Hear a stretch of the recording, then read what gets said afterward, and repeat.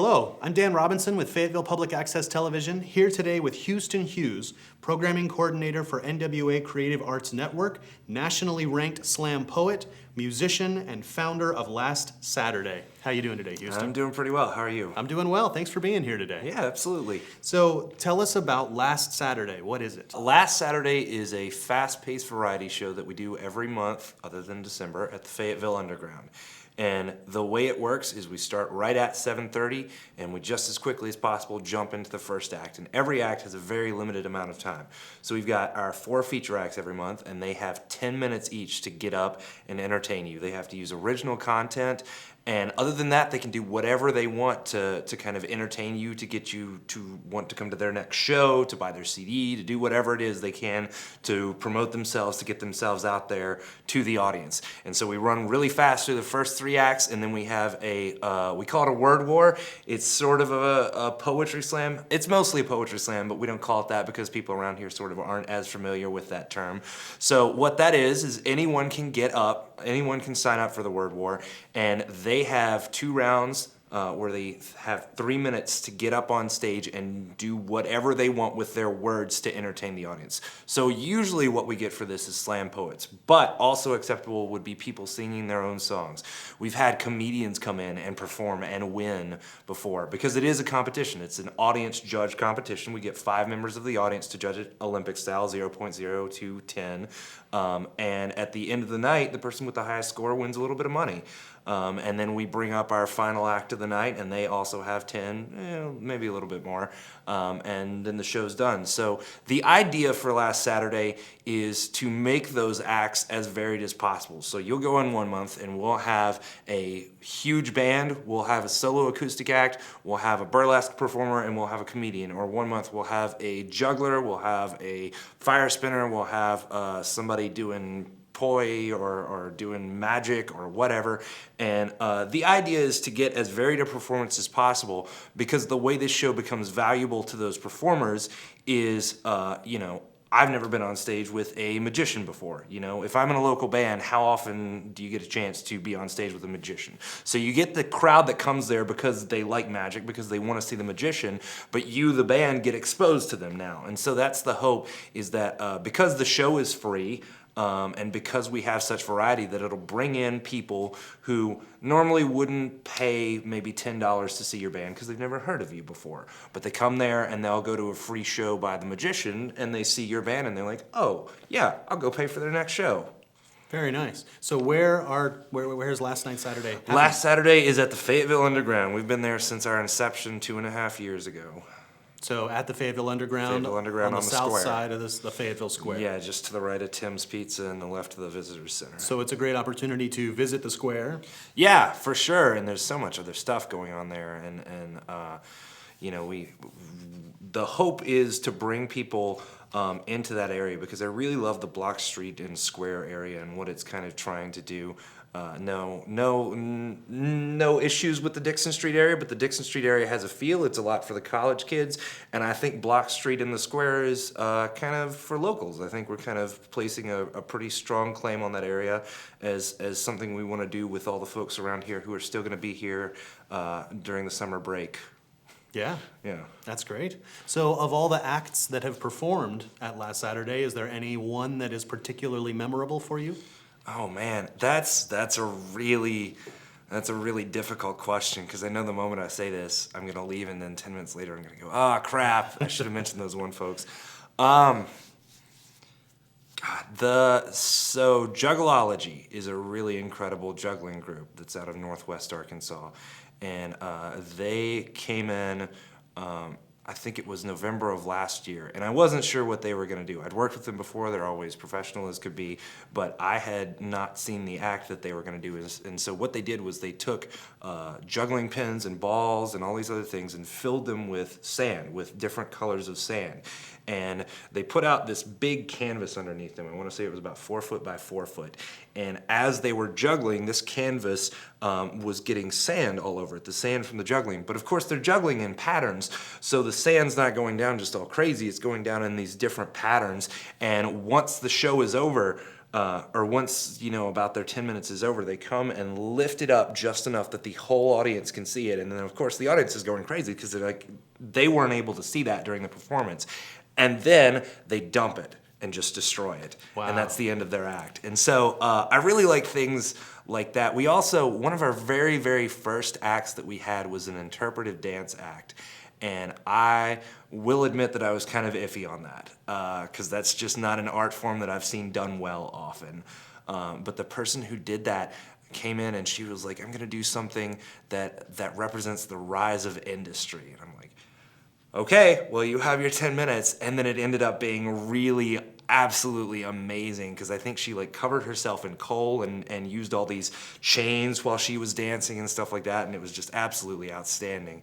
So yeah, and of course music acts. You get music acts every now and then that just absolutely blow you away, and there are too many of those at this point. But we've had some. I think what really does it for the musical acts is that because we're in not a tiny venue, but it's definitely intimate. The stage for our show is only 12 feet wide by 4 feet long, and the audience is right up there. So we've had people like Sean James and Randall Shreve come by and do some solo shows that have a completely different feel. And a lot of times when I talk to people who play at Last Saturday and are asking to play again, they say, well, what I loved about this was that the audience was listening.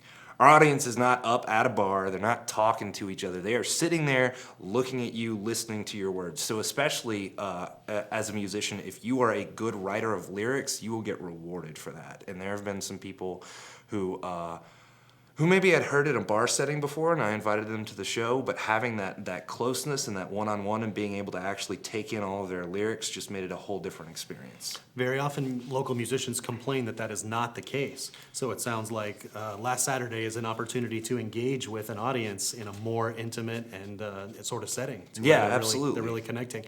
It also just sounds like it's really edgy art. Like you're seeing stuff that you just can't see other places, and that's novel. Yeah, we're trying to push that because I think there are a lot of art forms in the area that don't get much coverage. A lot of things like burlesque, things like interpretive dance, things like magic.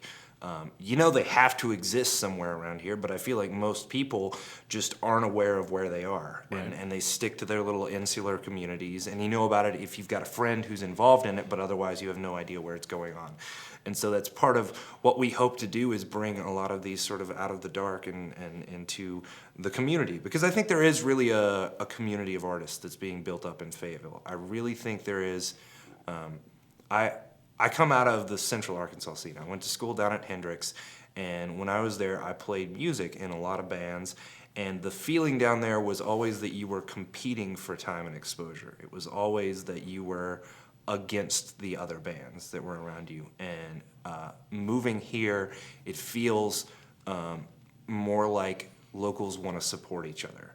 More like everyone is invested in the success of the other people. And that applies not just to musicians, but to other art forms and to things like public access TV and the local radio stations and everything else. It feels like people actually care about the idea of let's succeed together instead of trying to compete against each other. So your connection with Last Saturday has built connections for you with many of the top variety performers in the area. Tell me about Cabaret Fayetteville. What is that? Yeah, so I had done a number of shows up here with these variety artists, and one of the things that I'd seen up here was that burlesque didn't really have a place for itself. The burlesque scene up here was kind of hit and miss. You'd have groups that would put a lot of effort into their shows and no one would show up because they didn't know how to promote it properly. You'd have groups that had promoted the daylights out of their show, and then you got there and they didn't really know what they were doing, and it wasn't that great of a show. So taking a step back, part of why I set up Last Saturday was because I was involved in the poetry community, and the poetry slam shows that we were doing weren't pulling enough people by themselves. They just weren't. There is not enough of a community around here yet to come to a show that's just that. So after seeing some other variety shows, especially this show called Tourette's Without Regrets that happens out in Oakland, California, there was the idea for, well, let's combine other art forms, and if your group brings 15 people and your group brings 15 people and your group brings 15 people, by ourselves we couldn't put on a big enough show, but all together we can. And so that translated into this cabaret group, because I ended up frustrated with the burlesque scene, and then around that same time I connected with magician out of Springfield, with a couple of aerialists, and somebody who does comedy, but not like stand-up comedy, more like old-timey vaudeville comedy. And so I saw all of these groups, and I was like, well, this kind of sounds like I've got a troupe here for the 1920s, 1930s style vaudeville show. And it just sort of all fell together, that because I like putting on shows. I like putting on shows so much. And again, it was one of those things where any of these one people, you put on an aerialist show in Fayetteville and you get the people who are super into aerials, and that's fine. You have somebody put on a magic show, you get the people who are into magic. But you tell somebody, we're putting on an old-timey vaudeville show, and you get not only the people who are interested in each of those things, but the people who are interested now that they see all of these things kind of coming together. So we've got that group together now. We had a really great show at Riley's for Halloween. We had the Silver Shakers with us, and they did a bunch of covers of old kind of Halloween-y songs, and we had a bunch of costumes and everything else, and it was great. So I think we're starting to plan Valentine's Day now, trying to do something special for that, and trying to start gigging out. And yeah, it's just another thing to bring more Fayetteville and beyond Fayetteville, all of Northwest Arkansas artists together. Nice.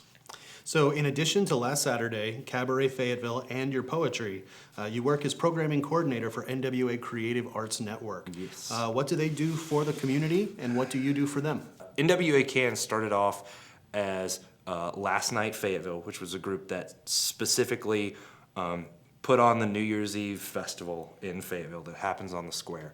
But as they were getting bigger, I think they sort of started to realize that they wanted to have more community outreach programs and put on more programming. And I had been putting on last Saturday for about a year and a half, maybe about a year. And I found out that they had an opening for a programming coordinator, which is the person who comes in for their New Year's Eve festival and books all the bands, sets up the stage time, worries about the venues, all that kind of thing, like the micromanaging for that allows the people at the top to sort of free themselves up for the macro level stuff that needs to happen.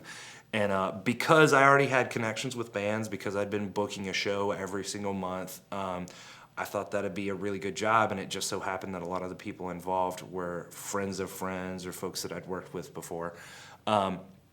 And so after they ended up hiring me last year, and worked with them for a year, and it pretty quickly became apparent that what they wanted to do as far as putting on more events fell really closely in line with what I was doing with last Saturday. And that I, in the position of programming coordinator, could also help them put on more programs out and about. And so we kind of decided to combine forces. And we, as last Saturday, had needed a nonprofit to work under anyway, because you have to get grants to get A&P funds, things like that. And they had already been working, I believe they'd taken on that mantle from First Night, which was the celebration that happened 6 or 7 years ago.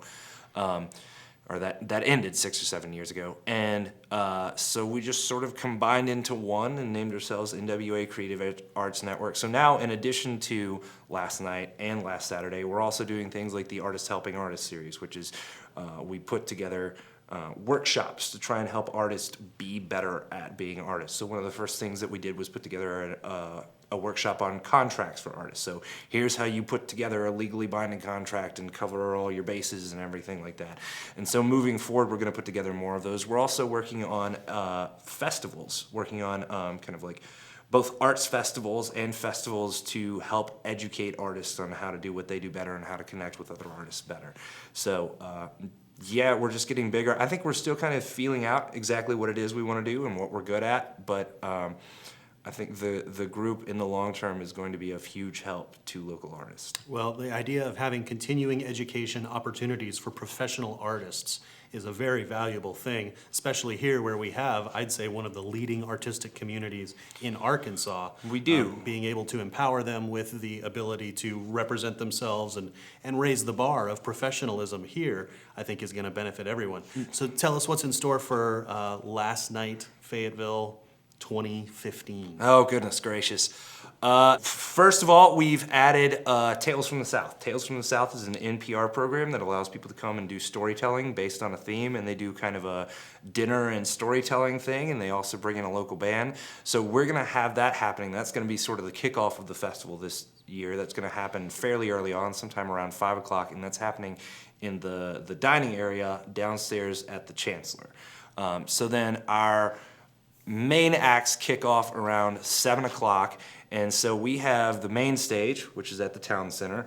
We have the side stage, which is also in that main town center area, just kind of off to the side, and that's where we're gonna have some magic, we're gonna have some aerials, we're gonna have some juggling.